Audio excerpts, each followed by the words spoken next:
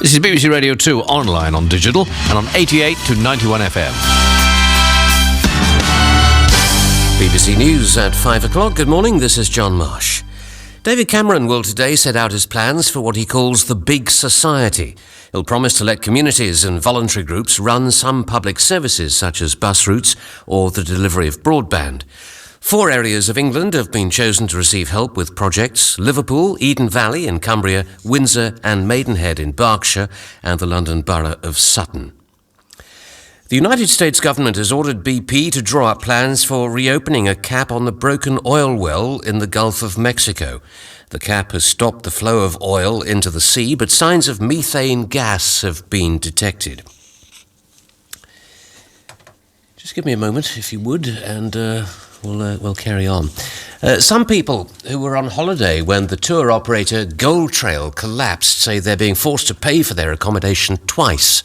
The Civil Aviation Authority says it's doing all it can to fly home those left stranded in Greece and Turkey. Kenneth Ogilvie from Ayrshire says at his hotel in Marmaris, people are being intimidated. And I beg your pardon, that's not exactly right either.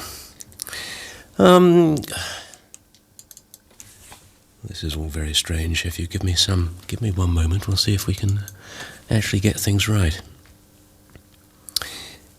Here we are. No, I'm not sure that's right either.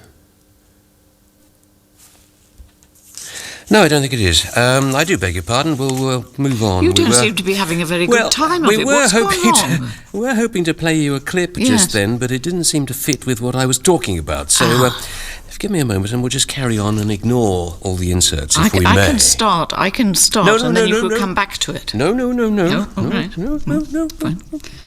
A protest against the cancellation of school rebuilding projects in England will take place at Westminster today. The Save Our Schools rally is being organised by trade unions and will be joined by teachers and pupils.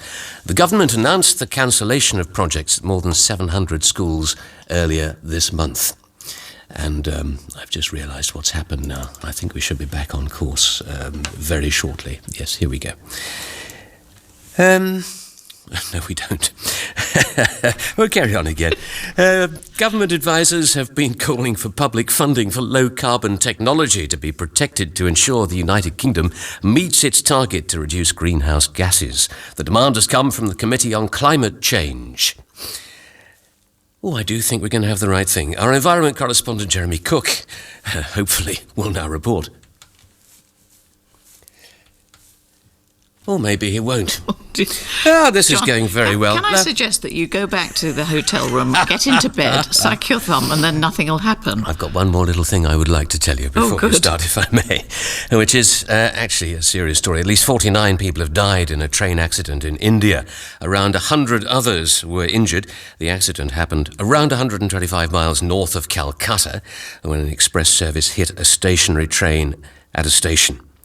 The last of 250 First World War soldiers whose bodies were recovered from mass graves in northern France last year will be buried today with full military honours. The burial marks the official opening of the Commonwealth Cemetery in Fromelles.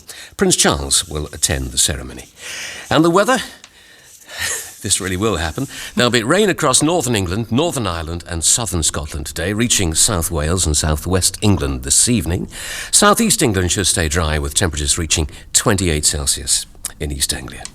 That's the BBC News, such as it was. It was very 4 impressive. minutes past 5. Doesn't time fly when you're having fun? You don't need that at this time of the morning, but of course no one's listening. They won't have noticed. It's 5 o'clock somewhere. Sure is. Poor old Johnny Marsh. Long, long